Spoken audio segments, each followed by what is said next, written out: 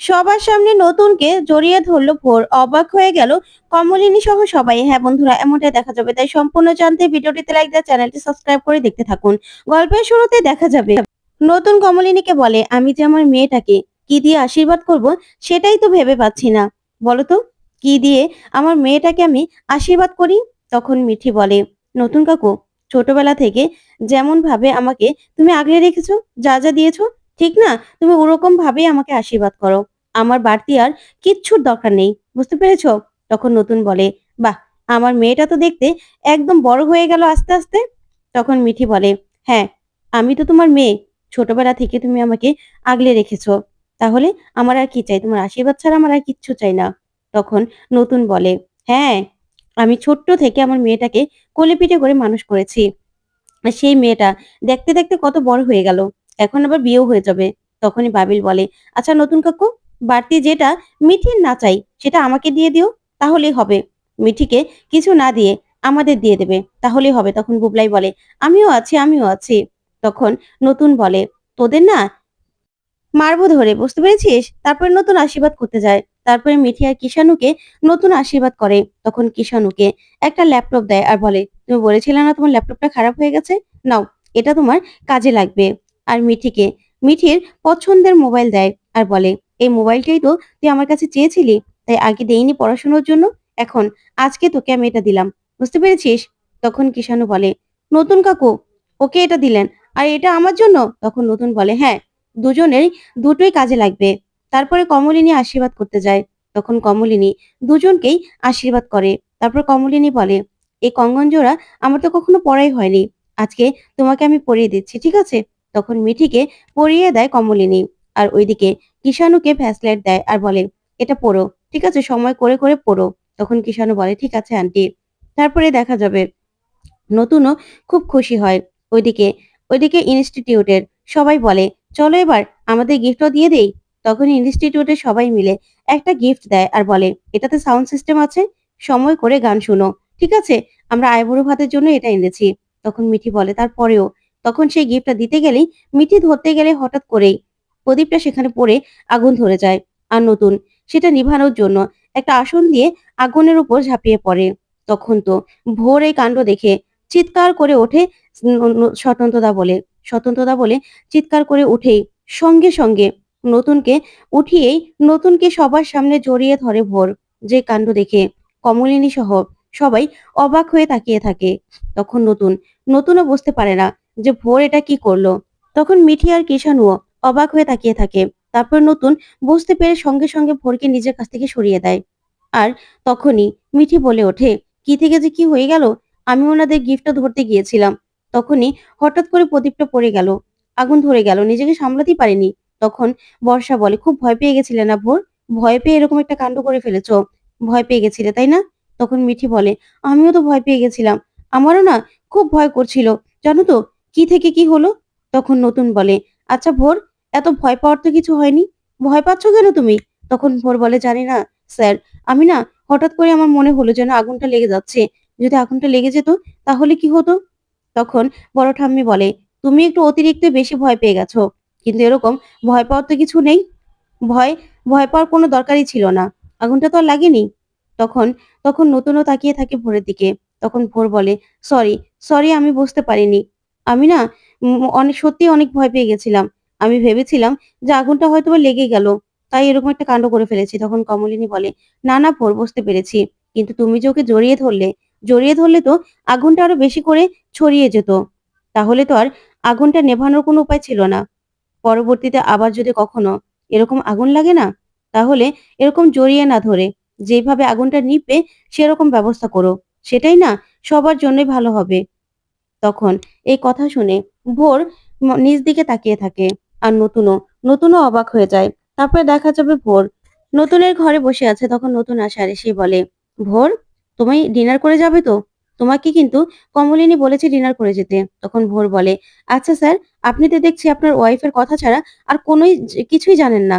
আপনার ওয়াইফ বলল আর সেজন্য আপনি আমাকে বলছেন ডিনার করে যেতে? তখন নতুন বলে, হ্যাঁ, কমলিনীই তো এই সব ব্যাপারগুলো দেখে রাখে। তাই কমলিনী বলেছে তোমাকে ডিনার করে যেতে। তখন ভোর বলে, না, না স্যার, আমি ডিনার করব না। আমি আমি আর খেতে পারবো না। তখন নতুন বলে, কেন? তোমার তো খাওয়া দরকার। আর তাছাড়া একটা অনুষ্ঠান বাড়ি তুমি রাতে খাবে না সেটা তো হতে পারে না, তাই না? তখন ভোর বলে, "না স্যার, আমারও না এটা শরীর। আমি এখন খেলে অসুস্থ হয়ে যাব। তাই আমি এত খেতে পারব না।" তখন নতুন বলে, "ও আচ্ছা, তোমাকে একটা কথা বলার জন্য এসেছিলাম। আমাকে প্রিন্সিপাল স্যার ফোন করেছিল। আর যেখান থেকে আমাদের ডেকেছে সেখান থেকেও ফোন করেছে। আমাদের জরুরি যেতে বলেছে। তাই আমি কনফার্ম করে দিয়েছি।" তখন ভোর বলে, "ও আচ্ছা, তাহলে তো ভালোই।" তখন নতুন বলে, "তোমার কোনো আগ্রহ নেই, তাই না? কিন্তু যাওয়ার জন্য তো তুমি কত আগ্রহ করেছিলে।" তখন ভোর বলে, "সেটাই আপনাদের অস্বস্তির কারণ হয়েছিল স্যার। সেজন্যই। সেজন্য এখন আর আমি আগ্রহ প্রকাশ করছি না।" তখন ভোর ভোরের কথা শুনে নতুন অবাক হয়। তখন ভোর বলে, "স্যার, আমি ঠিকই তখন যেতে চেয়েছিলাম। কিন্তু সেটার জন্য আমাকে অনেক কথাও শুনতে হয়েছে। তাই আমার মনে হচ্ছে যে আপনারা আপনারা এখন অস্বস্তিতে ভোগেন আমার জন্য। তাই আমি এখন আর ওরকম উৎসাহ দেখাবো না। আমি একটু বেশি উৎসাহ দেখিয়ে ফেলেছিলাম।" তখন নতুন বলে, "আচ্ছা ভোর, তুমি কেন হঠাৎ করে আমার সঙ্গে যেতে চেয়েছিলে?" তখন ভোর বলে, "আসলে স্যার, আমি না আপনার অনেক বড় ফ্যান। সেই ছোটবেলা থেকেই। ছোটবেলা থেকেই আপনাকে আপনাকে আমি আমার আইডল মেনেছি। আমার সবকিছু মেনেছি। তার জন্যই, তার জন্যই আপনার সঙ্গে কাজ করতে যাওয়ার ইচ্ছে আমার অনেকদিন ছিল। আপনি ব্যক্তি মানুষ। আপনার সঙ্গে আমি যাব, কাজ করব, সেটার আগ্রহ তো সবার থাকবেই। তাই আমারও হয়েছিল। আমিও না খুব উৎসাহ প্রকাশ করেছিলাম। সেজন্য উৎসাহটা সবার সামনে দেখিয়ে ফেলেছিলাম। কিন্তু না, সেটার জন্য আমাকে যে এত কথা শুনতে হবে সেটা আমি বুঝতে পারিনি। এখন আপনি অন্য কাউকে নিয়ে যেতেই পারেন।" তখন নতুন বলে, "তাই? হ্যাঁ, তুমি না গেলে তো আমাকে অন্য কাউকে নিয়ে যেতেই হবে।" তখন ভোর বলে, "হ্যাঁ স্যার, এখন কিন্তু আমাদের উঠতে হবে। প্রোগ্রামে যেতে হবে তো।" তখন নতুন বলে, "হ্যাঁ, আমিও তো যাবো। তাই ওখানে ২ ঘন্টার মতো কাটিয়ে তারপর আবার চলে আসতে হবে। বাড়িতে প্রোগ্রাম বোঝোই তো।" তখন ভোর বলে, "স্যার, আপনার বাড়ি থেকে কেউ যাবে না?" তখন নতুন বলে, "দেখতেই তো পাচ্ছ, বাড়িতে এত বড় একটা প্রোগ্রাম। কেউ যেতে পারবে বলে মনে হচ্ছে না। কিন্তু তারপরেও যদি কেউ যেতে পারে তাহলে যাবে, সমস্যা নেই।" তখন ভোর বলে, "ও আচ্ছা, ঠিক আছে স্যার। তাহলে চলুন।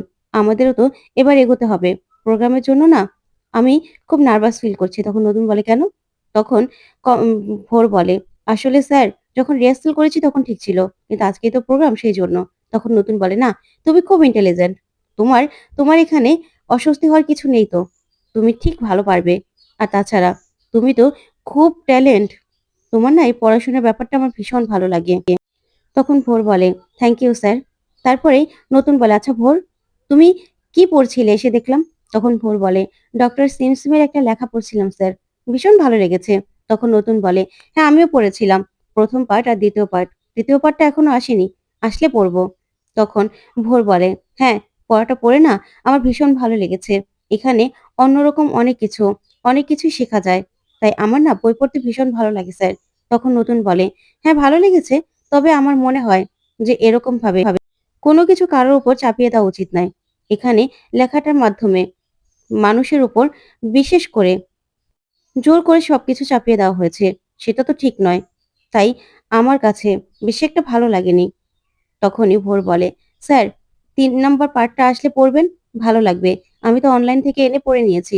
আর আপনি যদি আমাকে নামাতে চান, তাহলে না হয় আপনাকে আমি দিয়ে দেব, আপনি পড়ে দেখবেন।" তখন নতুন বলে, "সত্যি নাকি? তোমার কাছে আছে? তোমার না এই ব্যাপারটা আমার ভীষণ ভালো লাগে। মানুষ আজকালকার ছেলেমেয়েরা শুধুমাত্র পরীক্ষায় পাস করবে বলে পড়াশোনা করে। কিন্তু তুমি যে পড়াশোনার বাইরেও এত পড়াশোনা করছো সেটা আমার ভীষণ ভালো লাগে। বিশ্বাস করো।" তখনই ভোর বলে, "হ্যাঁ স্যার, যেগুলো পড়ে পাস করতে হবে সেগুলোর বাইরেই আমি বেশি বই পড়তাম। সেজন্য বাড়ি থেকে অনেক বকাও খেয়েছি। বিশ্বাস করুন, তারপরেও না আমি থামিনি।" তখন নতুন বলে, "হ্যাঁ, সেজন্যই তো কেউ তোমাকে থামাতে পারেনি। এই জ্ঞানটা থাকা অনেক জরুরি।" তখন ভোর বলে, "আমার অন্যান্য বই পড়তে ভীষণ ভালো লাগে স্যার।" তখন নতুন বলে, "হ্যাঁ, সেজন্যই তো তোমাকে আমার এত ভালো লাগে। সত্যি, তোমার মধ্যে অন্যরকম একটা ট্যালেন্ট আছে। তোমার মধ্যে একটা গুণ রয়েছে। যেটা তুমি যেটা তুমি নিজের মধ্যে ধরে রেখেছো। এটা না কখনো হারিয়ে যেতে দিও না ভোর। তুমি এই যে এত পড়াশোনা করো, এটাতে না আমি খুব খুশি হই। তোমার ইন্টিমেট এর সঙ্গে আমার ইন্টিমেট ম্যাচ করে। এই যে মেন্টাল যে ব্যাপারগুলো, সেগুলো কখনো হারিয়ে যেতে দেবে না। তাহলে দেখবে তুমি অনেক দূর এগিয়ে যাবে।" তখনই কমলিনী এই কাণ্ডগুলো দেখতে থাকে। এই যে নতুনের ভোরকে হাত ধরা, এই সবকিছু দেখে কমলিনী খুব কষ্ট পায়। তখন কমলিনী বলে, "আসতে পারি?" তখন নতুন আর ভোর চমকে যায়। তারপর নতুন বলে, "হ্যাঁ, হ্যাঁ, এসো না। তোমার আবার আসতে পারমিশন নিতে হবে নাকি কমলিনী?" তখন কমলিনী বলে, "না, তোমার সঙ্গে মেন্টাল কিছু কথাবার্তা ছিল। আর আমার তো আর তেমন ইন্টিমেট নেই। আমি তো আর বেশি পড়াশোনা করিনি। তাই আমার সঙ্গে তোমার কথা বলতে সমস্যা হবে না তো?" তখন নতুন হাসে আর বলে, "কমলিনী, তুমি এসব কি বলছো?" তখন কমলিনী বলে, "না, আমি তো আর সবার মতো ট্যালেন্টেড নই বলো। তুমি এত ট্যালেন্টেড একজন লোক। তাই তোমার আমার সঙ্গে কথা বলতে সমস্যা হতেই পারে, তাই না?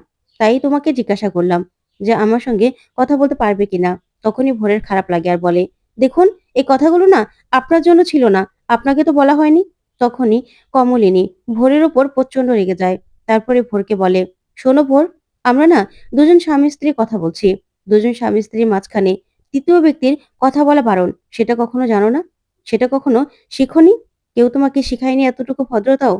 স্বামী-স্ত্রী যখন কথা বলে ৩য় ব্যক্তি সেখানে কথা বলতে নেই। তাই তুমিও আমাদের মাঝখানে ৩য় ব্যক্তি। কথা বলবে না। বুঝতে পেরেছ? আমার স্বামীর সঙ্গে আমি কি কথা বলব না বলব সেটা তো আমিই ঠিক করব। তুমি তো ঠিক করবে না?"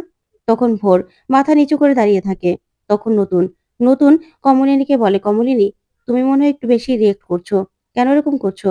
তখন ভোর বলে, "দেখুন ম্যাম, আমাদের কথা বলতে অনেক কথার মধ্যেই এটা চলে এসেছে। কি থেকে কি আলোচনায় কি এসেছে আপনি তা জানেন না। সেজন্যই আমাকে বলতে হলো। আপনি অযথাই ভুল ভাবছেন আমাদের।"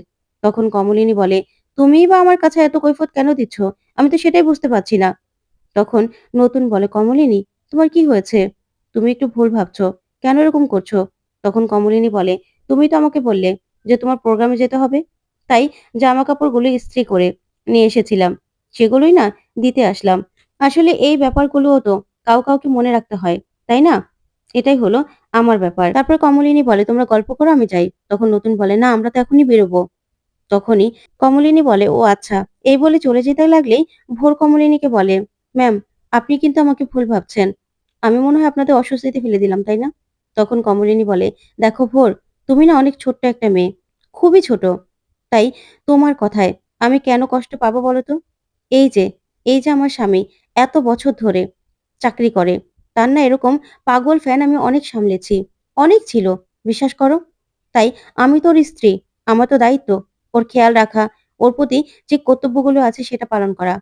আর স্বামী-স্ত্রীর মধ্যে না অনেক কথা থাকে ভোর। সেটা অন্য কেউ বুঝবে না। স্বামী-স্ত্রীর মাধ্যমে যে কথাগুলো থাকে সেগুলো বাইরের একটা মানুষ কি করে বুঝতে পারবে? আর তোমার উপর আমি রাগই বা কেন করব বলো তো? তোমার উপর রাগ করার তো আমার কোনো কারণ নেই। কারণ ও আমার স্বামী। আমার স্বামীকে আমি ভালো করেই চিনি। আর আমার স্বামী আমাকে ছাড়া আর কাউকে ভালোবাসে না। আর আমিও আমার স্বামীকে ভীষণ তাই আমার স্বামীর প্রতি আমার যে কর্তব্যগুলো থাকবে সেগুলো তো আর অন্য কেউ থাকবে না। হ্যাঁ, তুমি এসেছো, ও পড়াশোনা ভীষণ ভালোবাসে। পড়াশোনার বাইরে ও কিছু ভাবতেই পারে না। তুমি পড়াশোনায় খুব ভালো। সেটা নিয়ে হয়তোবা ও তোমাকে কংগ্রেচুলেট করেছে। আরো, আরো উৎসাহী করেছে। সেটা নিয়ে আমার তো কোনো রকম কোনো অভিযোগ নেই। কারণ আমার স্বামীকে তো আমি চিনি। ওকে আমি সে অনেক বছর ধরে চিনি। আমার থেকে বেশি। ওকে তো আর কেউ চিনবে না। তাই না? তাই তোমাকে আমি বলছি, ভোর, তুমি এসব নিয়ে একদম মাথা ঘামিও না। কিন্তু, কিন্তু এই যে আমরা স্বামী-স্ত্রী কথা বললে তুমি যে ৩য় ব্যক্তি হয়ে ঢুকে পড়বে, সেটাও কিন্তু তোমার উচিত হবে না। তাই তোমাকে সাবধান করলাম। আর কিছুই না। তখন ভোর তাকিয়ে থাকে কমলিনীর দিকে। ওইদিকে ওইদিকে নতুনও। তখন কমলিনী বলে, "তুমি এখন যাবে তো? তোমার রাত হবে আসতে?" তখন নতুন বলে, "হ্যাঁ।" তখন কমলিনী বলে, "ঠিক আছে। তুমি বরং ভোরকে নিয়ে এসো। ও এখানেই ডিনার করবে।" তখন ভোর বলে, "আমি আর কিছু খেতে পারব না। পেট একদম ভরা।" তখন কমলিনী বলে, "অনেকটা সময় তো আছে। তখন তো পেট খালিও হয়ে যেতে পারে, তাই না? আমি তো সংসারের কর্ত্রী। আমি বলে দিলাম। তারপরেই তুমি যা করার করো।" এই বলে কমলিনী চলে যায়। তো বন্ধুরা, কেমন লাগলো আজকের আপডেট? কমেন্ট করে জানাতে ভুলবে না। ধন্যবাদ।